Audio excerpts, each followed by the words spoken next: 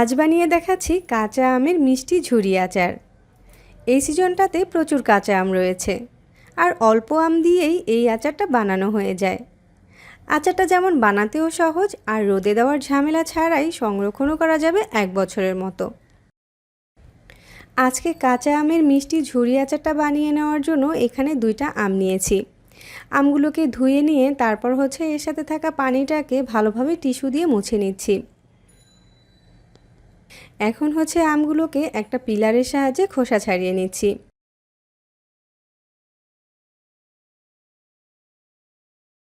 এখন এখানে একটা গ্রেটার নিয়ে নিয়েছি। গ্রেটারের যে বড় সাইডটা আছে সেই সাইডটা দিয়ে আমগুলোকে গ্রেট করে নিব।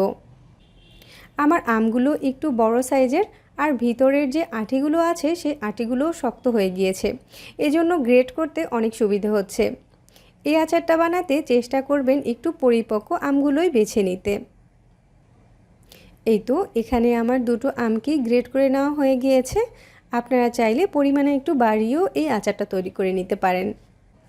এবার আচারের জন্য আমরা একটা শুকনো মশলা তৈরি করে নিব। এজন্য এখানে একটা প্যানের ভিতরে 1 চামচ দিয়ে দিয়েছি মিষ্টি জিরা,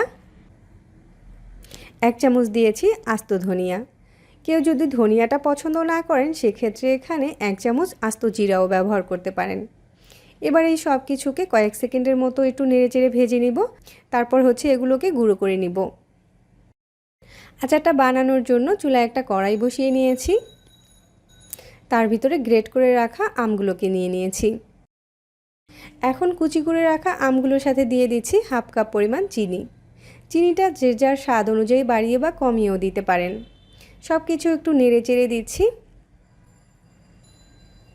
কিছুক্ষণ আমটাকে জাল করে নেওয়ার পরেই দেখা যাবে চিনিটা থেকে আর আমটা থেকে বেশ কিছুটা পানি ছেড়ে দিবে, আর এই পানিটা দিয়েই আচারটা তৈরি করে নিতে হবে।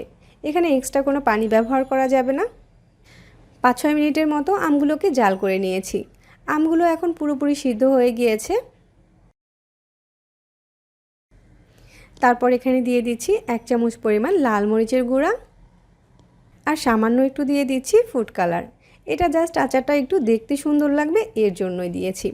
আপনারা চাইলে শুধু মরিচের গুঁড়োটা দিয়েও এই আচারটা বানিয়ে নিতে পারবেন। এবার এই আচারটাকে নেড়েচেড়ে জাল করে নিব যতক্ষণ না পর্যন্ত চিনি আর আম থেকে যে পানিটা বের হয়েছে ওটা শুকিয়ে আসা পর্যন্ত।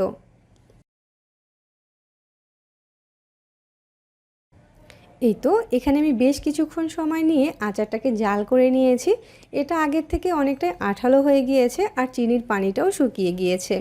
এই পর্যায়ে এখানে দিয়ে দিচ্ছি 1 চামচ পরিমাণ বিট লবণ। আচারে বিট লবণটা ব্যবহার করলে আচারটা খেতে বেশি ভালো লাগে। আর দিয়ে দিচ্ছি যে শুকনো মশলাটা আগেই তৈরি করে রেখেছিলাম সেটা। সব কিছু একসাথে খুব ভালোভাবে নেড়েচেড়ে মিশিয়ে নিচ্ছি।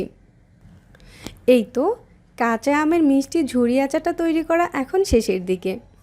এবার এটাকে চুলা থেকে নামিয়ে ঠান্ডা করে নিব। আর যে কোনো কাচের জারে ভরে এটাকে সংরক্ষণ করতে পারবেন নর্মাল ফ্রিজে রেখে 1 বছরের মতো। আচারটা বাসায় বানিয়ে আমাকে কমেন্ট করে জানাতে পারেন যে আচারের রেসিপিটা আপনাদের কাছে কেমন লেগেছে। আমার এরকম সহজ আর মজার রেসিপিগুলো পাওয়ার জন্য আমার চ্যানেল সাবস্ক্রাইব করতে পারেন, আর ফেসবুক পেজটাতেও ফলো দিয়ে রাখতে পারেন। সবাই খুব বেশি ভালো থাকবেন। আজকে এ পর্যন্তই। আল্লাহ হাফেজ।